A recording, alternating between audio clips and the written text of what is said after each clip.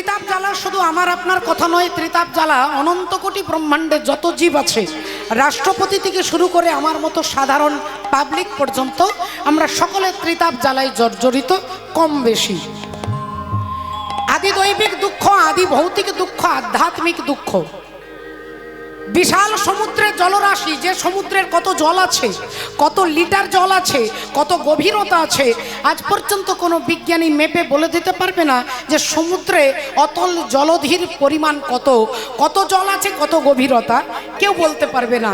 সেই বিশাল জলধি সমুদ্রের জলকে যিনি এক নিমেষের মধ্যে শোষণ করে নিয়েছিলেন, এক চুমুকে শেষ করে দিয়েছিলেন, তিনি হলেন মহামুনি অগস্ত্য ঋষি। ঋষি অগস্ত্য তিনি একটা চুমুক দিয়ে গোটা সমুদ্রের জলটাকে পেটের মধ্যে ধরে রাখলেন। সেই সময় অগস্ত্য ঋষির দেহটা কত বড় ছিল বলে, একটা 50 বছর বয়স্ক মানুষের বুড়ো আঙুলটা যত বড়। একটা 50 বছর মানুষের বুড়ো আঙুল যত বড়, অগস্ত্য ঋষির দেহটা তত বড়। আর সেই অবস্থায় তিনি সমুদ্রের জলটাকে পেটের মধ্যে ধরে রাখলেন। একটু চিন্তা করে দেখুন বাবা, তাহলে যে সমুদ্রের জলকে মাপা যায় না, বলা যায় না গভীরতা, সেই সমুদ্রের জলকে তিনি যদি পেটের মধ্যে ধরে রাখতে পারে, ঠিক সেই রকম এই জগৎ সংসার হচ্ছে দুঃখার নব। অর্ণব মানে সমুদ্র, এই গোটা জগৎ সংসারটাই হচ্ছে দুঃখের সমুদ্র। এই দুঃখের কথাই শেষ, কবে শেষ কেউ দাঁড়িয়ে বলতে পারবো না আমরা। আদি দৈবিক দুঃখ, আদি ভৌতিক দুঃখ, আধ্যাত্মিক দুঃখ। আমফান ঝড় হলো, আয়লা ঝড় হলো, ঘর বাড়ি ভেঙে গেল, ঘরের চাল উড়ে চলে গেল, দরজা ভেঙে গেল, ফসল নষ্ট হয়ে গেল, গাছ পড়ে গেল।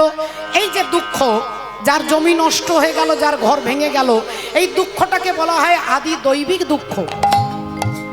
আদি ভৌতিক দুঃখ বলে করোনা হয়ে গেল, ওমিক্রন হয়ে গেল, ম্যালেরিয়া হয়ে গেল, ডেঙ্গু হয়ে গেল, যে যন্ত্রণা পাচ্ছি, এই দুঃখটাকে বলা হয় আদি দৈবিক দুঃখ। হরি বল, হরি বল। আদি ভৌতিক দুঃখ। আর আধ্যাত্মিক দুঃখ কাকে বলে? যে দুঃখ হচ্ছে আমার মনে, ডাক্তারবাবুকে গিয়ে বলতে পারবো না, আমার ছেলে আমাকে খেতে দেয় না, আমার স্বামী আমাকে ভালোবাসে না, আমার সংসারে কোনো মর্যাদা নেই, এ দুঃখ গিয়ে ডাক্তারবাবুকে বললে তিনি তার সলিউশন করে দিতে পারবেন। এই দুঃখটাকে বলা হয় আধ্যাত্মিক দুঃখ। এই ত্রিতাপ জ্বালা বললেন মুহূর্তের মধ্যে দূর করতে পারেন তিনি না। ভাগবত বললেন শ্রীকৃষ্ণায় বয়ম নমঃ। সেই অগস্ত্য ঋষি যেমন সমুদ্রের জলকে পেটে ধরলেন, তথা তদ্রূপ এই সমগ্র ব্রহ্মাণ্ডে জগৎ সংসারের সমস্ত দুঃখের সাগরকে মুহূর্তের মধ্যে শোষণ করে নিতে পারে। ভগবান বললেন সেরকম একজন অগস্ত্য ঋষি আমি কলিযুগে পাঠিয়ে দিলাম।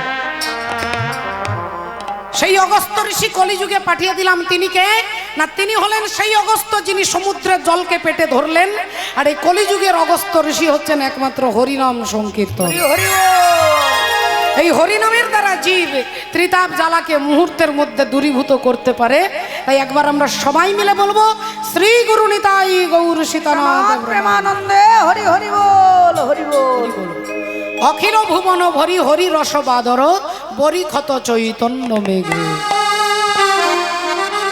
চৈতন্যরূপী মেঘ থেকে আজকে বন্যা আসছে, প্রেমের বন্যা। বন্যা বললেন কেন? বৃষ্টি হতে পারতো না? বৃষ্টি হতে পারতো, জল পড়তে পারতো। বলে বৃষ্টি আর বন্যার মধ্যে পার্থক্য আছে বাবা। বৃষ্টি যেখানে হবে, বৃষ্টি হলে বোঝা যাবে কোথায় ড্রেন আছে, কোথায় উঁচু, কোথায় নিচু, কোনখানে গর্ত। বৃষ্টি হলে বোঝা যায় যেখানটা গর্ত আছে, এখানটাতে উঁচু আছে, এখানটাতে ড্রেন আছে। আমরা সাবধান হয়ে হাঁটা চলা করি। কিন্তু বন্যা যদি হয়ে যায়, তখন সমস্ত জল একবারে লেভেল হয়ে সমানভাবে, কোথায় উঁচু, কোথায় নিচু, কোথায় গর্ত, কোথায় ড্রেন, কোথায় নদী, কোথায় নালা, সব জলে পরিপূর্ণ হয়ে। চৈতন্য ভগবান আনলেন প্রেমের বন্যা। বলে কেন না, কে ব্রাহ্মণ, কে চণ্ডাল, কে দরিদ্র, কে ধনী, কে মূর্খ, কে পণ্ডিত, তিনি বিচার করলেন না। এই প্রেম সমগ্র জীবের জন্য তিনি দিয়ে গেলেন। ভগত চাতক যত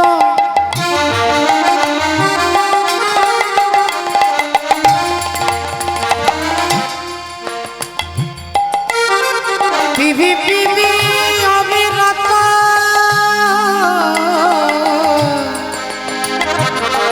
আজ ভক্ত জাতক যত পিবি পিবি অবিরত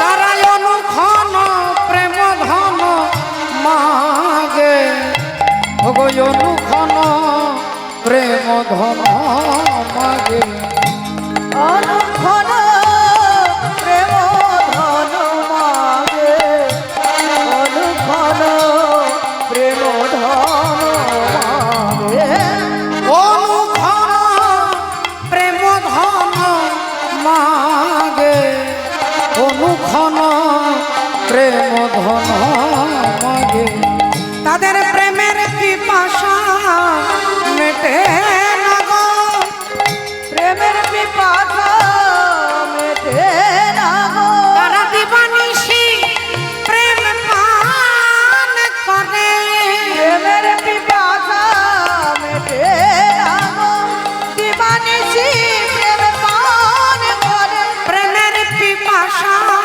মেটে না গো দিবানিশি প্রেম পান করে গৌর তোমার হলাম বলে দিবানিশি প্রেম পান করে দেখো গৌর তোমার হলাম বলে দিবানিশি প্রেম পান করে হরি হরি হরি বল হরি হরি নিতাই হরি গৌর বলে তোমার হলাম বলে হরি হরি হরি বলে প্রেমের পিপাসা মেটে না গো অগয় অনুক্ষণ প্রেম ধন মাগে অনুক্ষণ প্রেম ধন মাগে জয় নিতাই জয় রাধে শ্যাম শ্রদ্ধেয় বাবা ঠাকুর ভক্তিমতী মায়েরা একটু লক্ষ্য করে দেখুন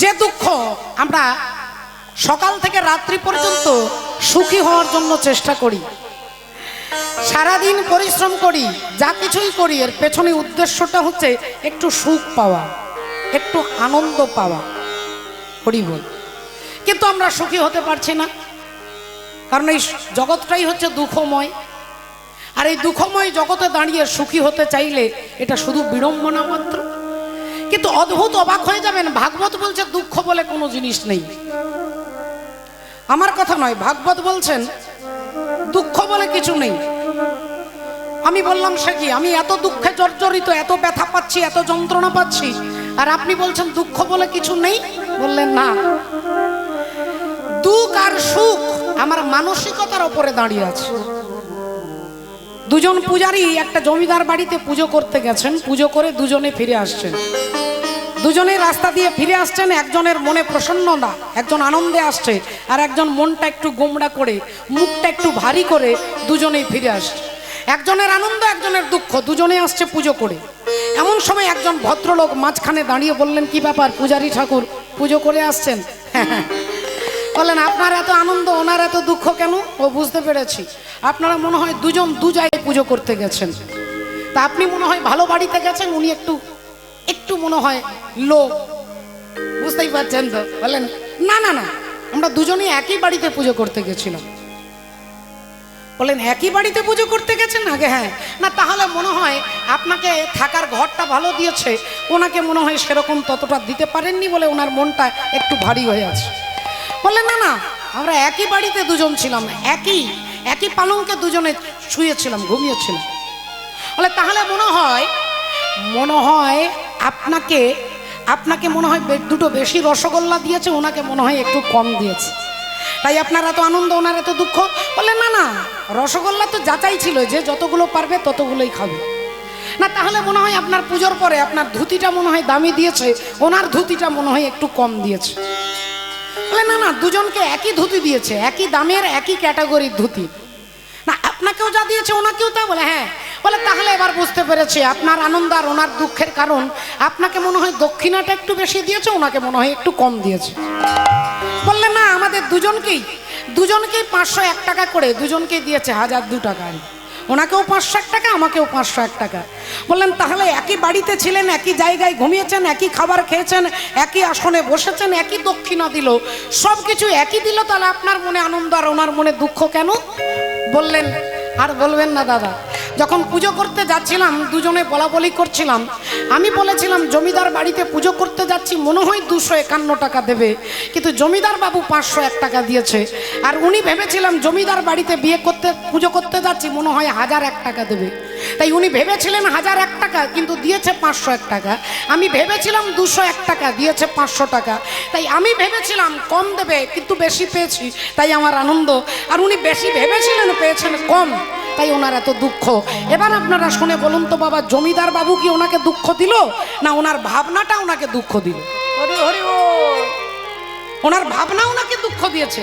আপনি যদি ভাবেন আমার ছেলে আমাকে খেতে দেবে, আমার ছেলে আমাকে দেখবে, আমার নাতি আমার বংশ রক্ষা করবে, আমাকে ফ্যামিলিতে সবাই দেখবে, আমাকে সবাই একটু মাথায় করে রাখবে, আপনি ভেবে নিয়েছেন, এবার আপনার ছেলে আপনাকে খেতে দিচ্ছে না, আপনার সংসারে কোনো মর্যাদা নেই, আপনি ভেবেছিলেন ভালো, হয়ে গেল খারাপ, তাহলে আপনার ভাবনাটাই আপনাকে দুঃখ দিচ্ছে না? এই ভাবনাই আমাদেরকে দুঃখ দেয়। আমরা ভেবে নিই অনেক কিছু সংসার থেকে পাবো, আর যখন পাই না তখন আমাদের দুঃখ। তাই ভাগবত বললেন দুঃখ বলে কোনো কিছু নেই, তোমার মানসিকতার উপরে দুঃখ দাঁড়িয়েছে। হরি হরি বল। বলে তাহলে এই মনটাকে ঠিক করবার জন্য কি করব?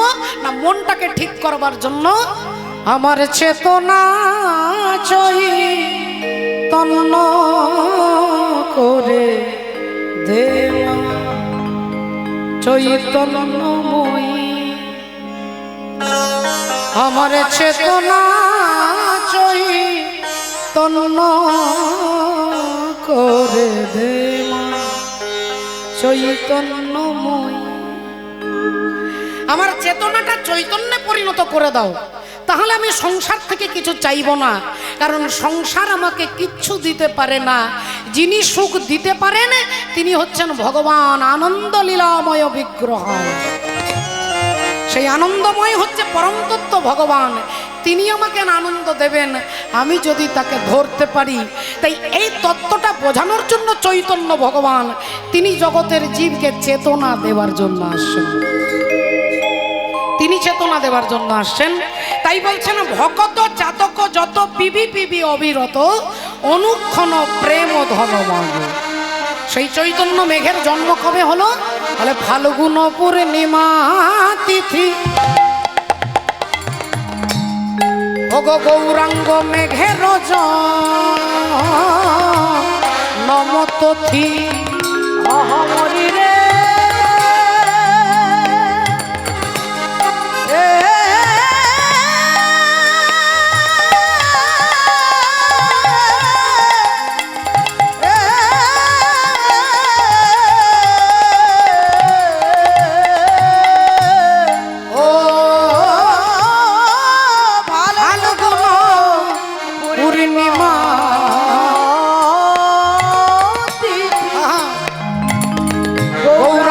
মেঘের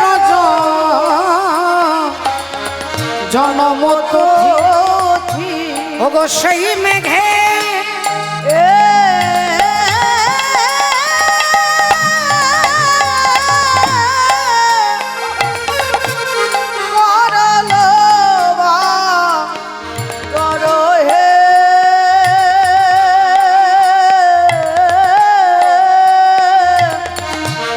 সেই মেঘে করমল বাদল, ওগো উঁচা নিচা যত ছিল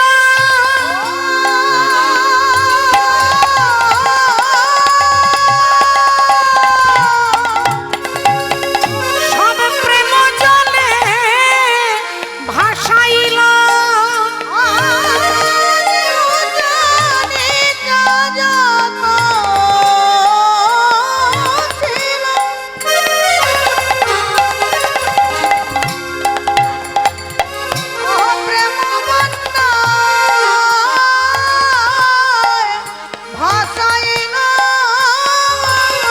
প্রভু আমার হেন জীবে বিলাল দয়া হে,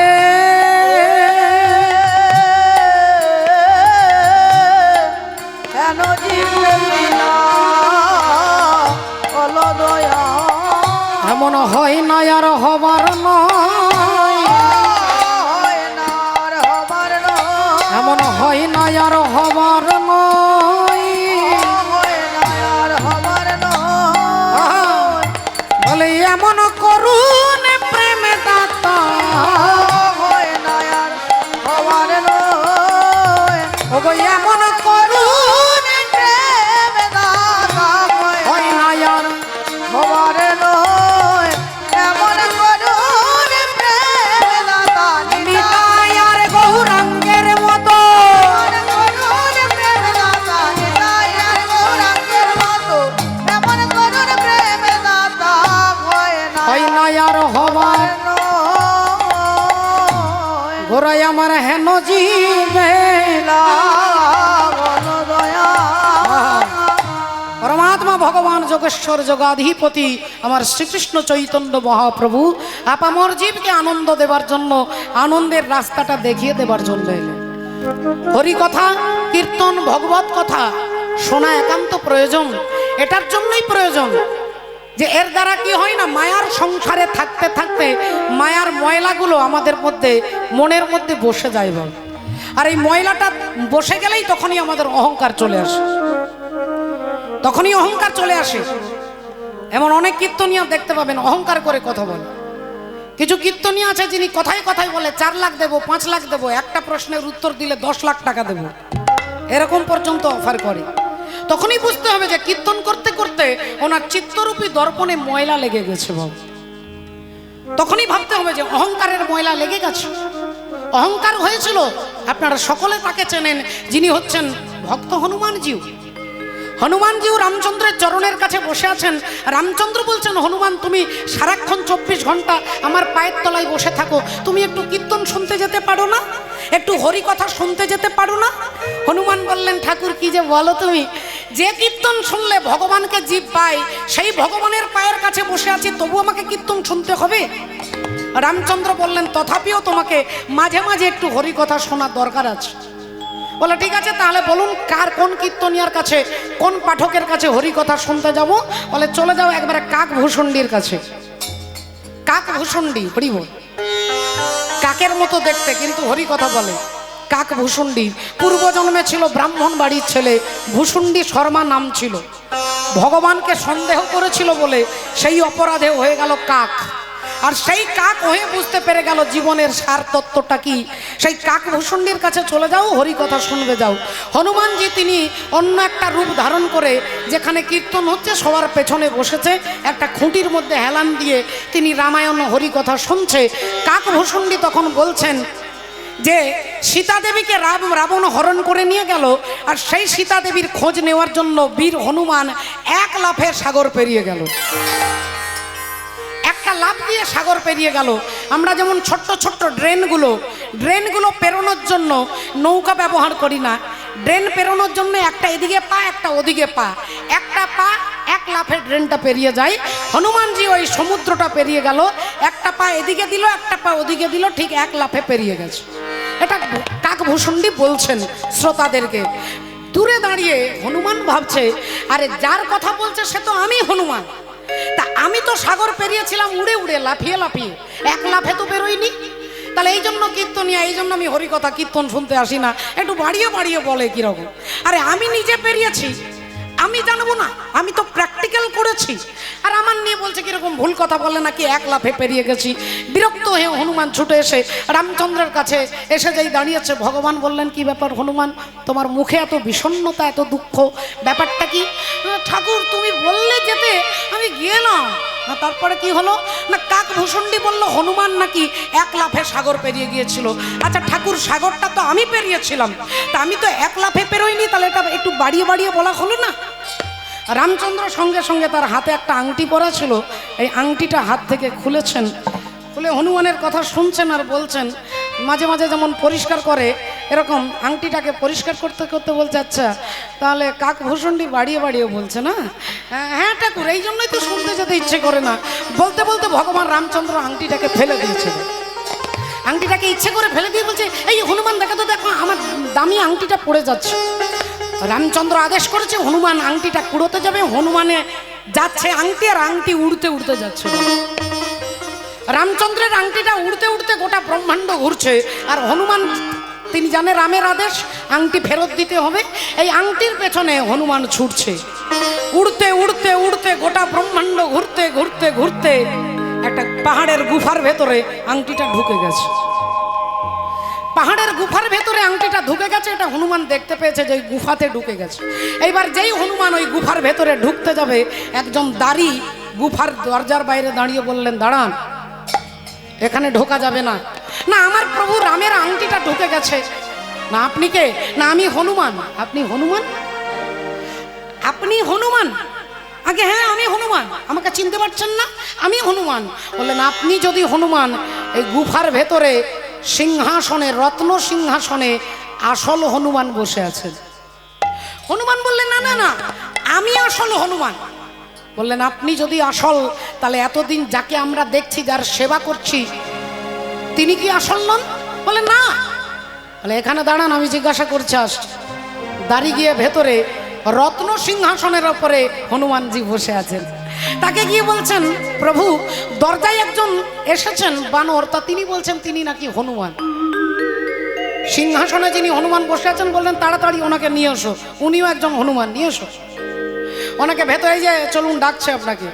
হনুমান ধীরে ধীরে ভেতরে যাচ্ছে, আংটিটা দেখতে দেখতে যাচ্ছে, আংটি কোথায় পড়েছে দেখতে দেখতে গিয়ে গুফার ভেতরে যখন গেছে, দেখছে একটা সুন্দর সিংহাসনে হনুমান বসে আছে। আর হাজার হাজার হনুমান, হাজার হাজার হনুমান ওখানে রাম নাম গাইছে। তারা সকলে মিলে রাম নাম গাইছে, জয় সিয়া রাম, জয় জয় সিয়া রাম, জয় সিয়া রাম, জয় জয় সিয়া রাম, জয় সিয়া রাম, জয় জয় সিয়া রাম, জয় সিয়া রাম, জয় জয় সিয়া রাম, জয় সিয়া রাম, জয় হরি বল।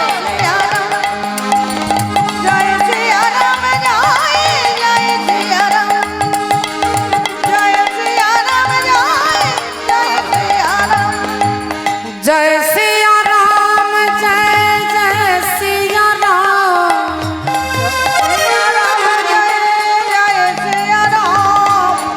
जय सिया राम, जय जय सिया राम,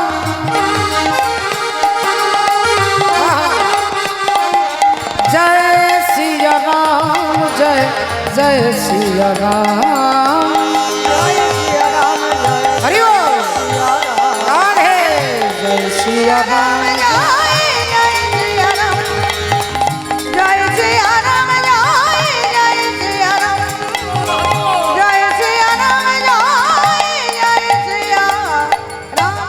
তারা রাম নাম করছে, তাদের চোখের জলে একটা কুণ্ড হয়ে গেছে, ছোট্ট একটা সরোবরের মতো।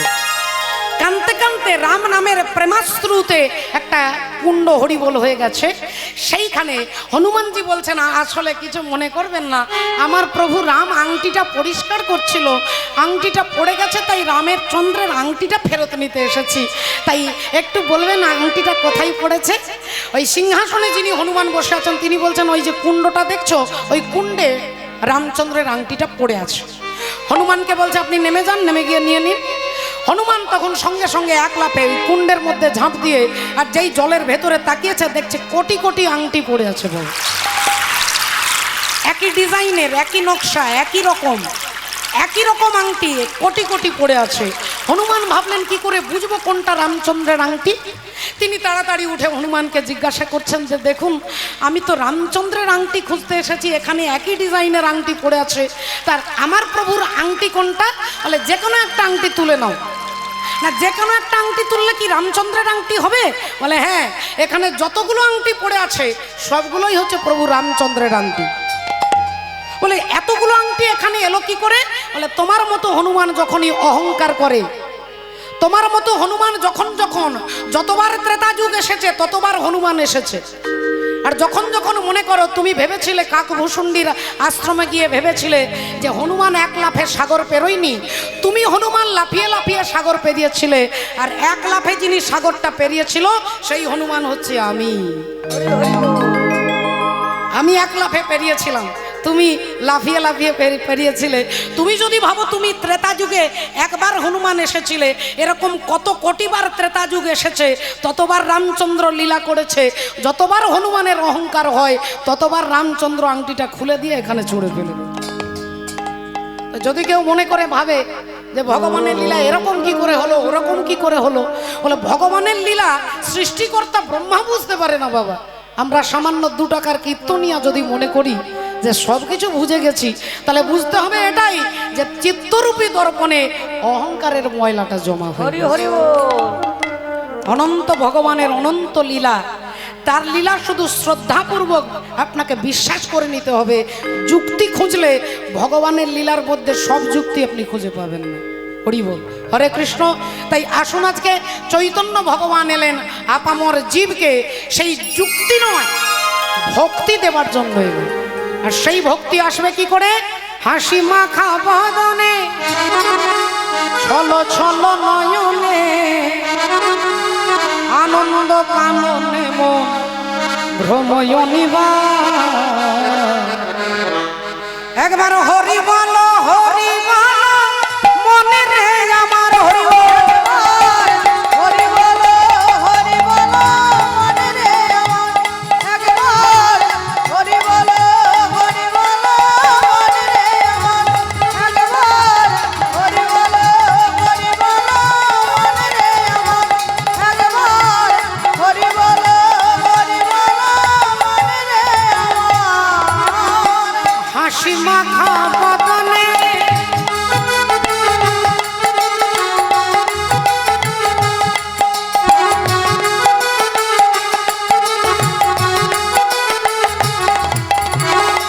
হাসি মাখা বদনে, ছলো ছলো নয়নে, ওগো আনন্দ কাননে মন ভ্রময় নিবার। হরি বল, হরি বল মনে রে আমার। একবার হরি বল, হরি বল মনে রে আমার। একবার হরি বল, হরি বল মনে রে আমার। বলি কেউ তো কারো নয়, ইহা জানা আছে। তুমি ভাবিয়া দেখো কি আছে তোমার কাছে।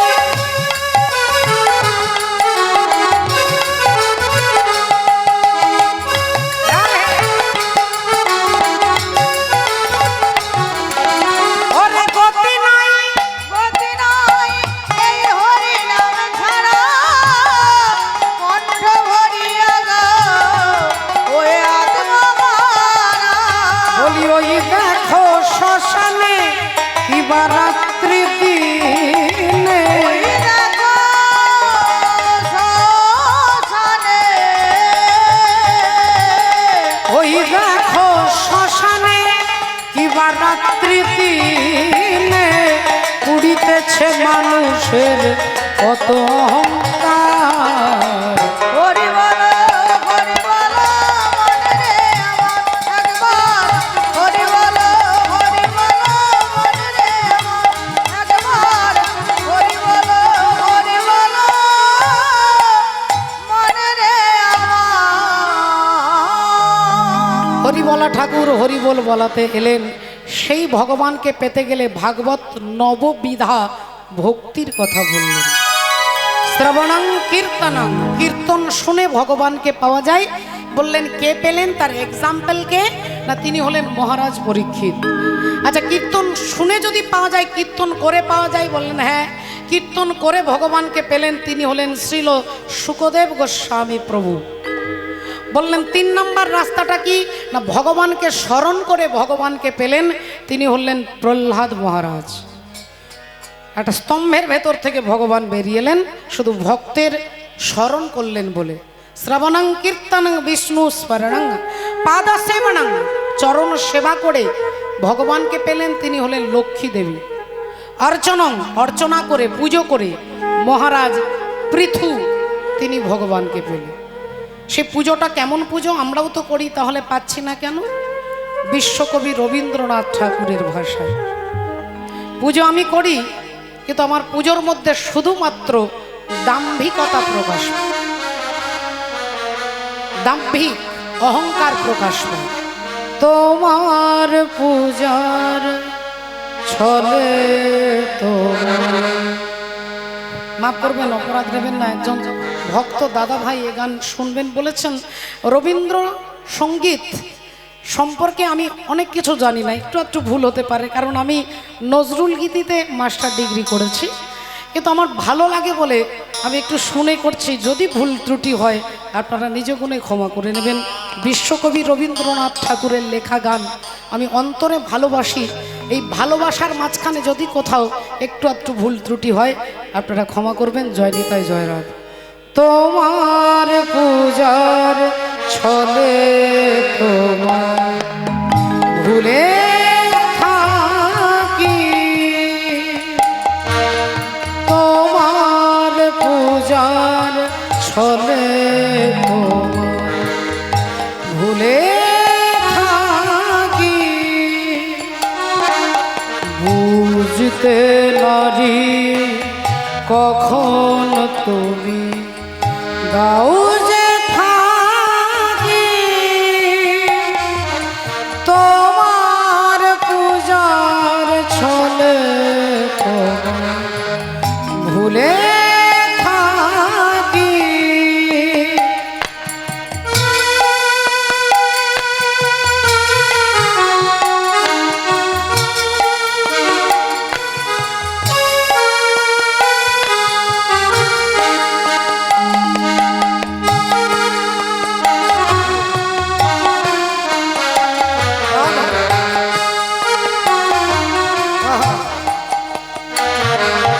ফুলের মালা, দীপের আলো, ধূপের ধোঁয়ায় পিছন হতে পাইলে সুযোগ চরণ ছোঁয়া।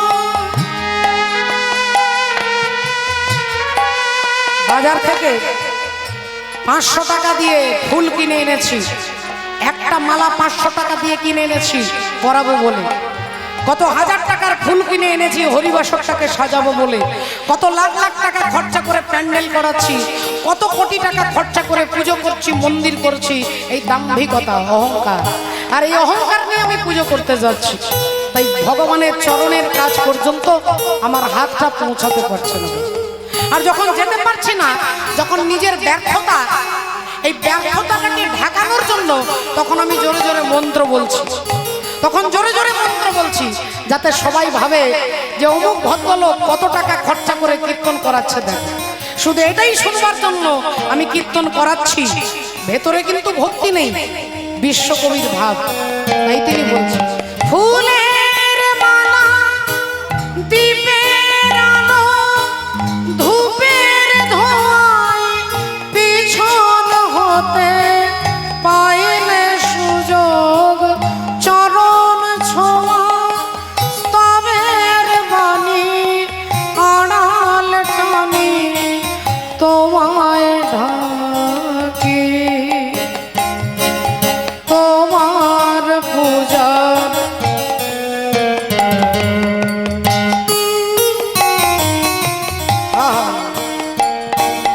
তোমার পূজার ছলে তোমায় ভুলে থাকি। এই সমস্ত অহংকারকে জলাঞ্জলি দিয়ে চৈতন্য ভগবান বললেন, যদি সর্বত্র মনে ভগবানের চরণে শরণাগত হতে পারো। এই পদকর্তা এক পাশে দাঁড়িয়ে কলম দিচ্ছেন যে যদি হতে পারো, সমস্ত বড় বড় পাপী তারা হরি নামের গুণে তরে গেল। বলে কে কে? ওই যে জগাই মাধাই পাপী ছিল, দেখো হরি নামে উদ্ধারিল। জগাই মাধাই পাপী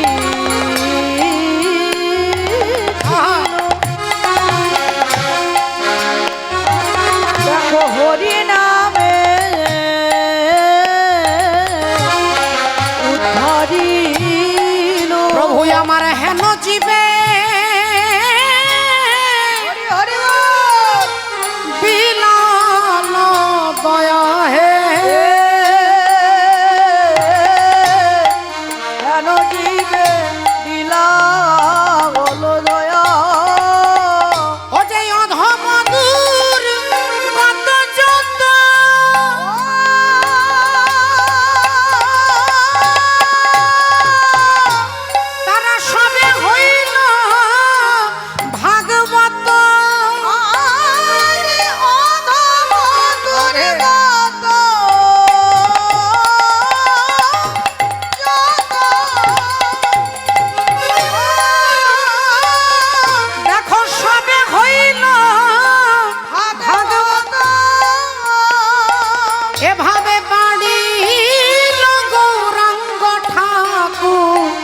মুরালি হে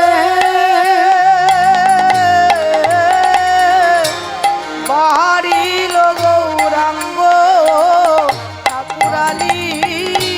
বলে জল যেখানে পৌঁছাতে পারে না, যেখানে 20 তলা 25 তলা বিল্ডিং হচ্ছে, সেখানে জল কিভাবে দেওয়া হয়? বলে মোটরের সাহায্যে, পাইপের দ্বারা জল পৌঁছে যায় ওপরে।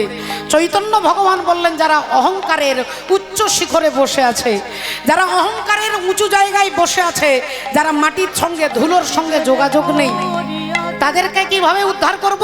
বলে যেমন পাইপের দ্বারা উপরে জল পৌঁছে যায়, তেমনি মহাপ্রভু বললেন আমার ভক্তরূপী পাইপের দ্বারা সেই সকলের ঘরে ঘরে গিয়ে জীবকে উদ্ধার করবে, সেরকম যন্ত্র তৈরি করব। কাদেরকে? বলে জীবেরে করিয়া যন্ত্র দিল হরি নাম মহামন্ত্র। আজ জীবেরে করিয়া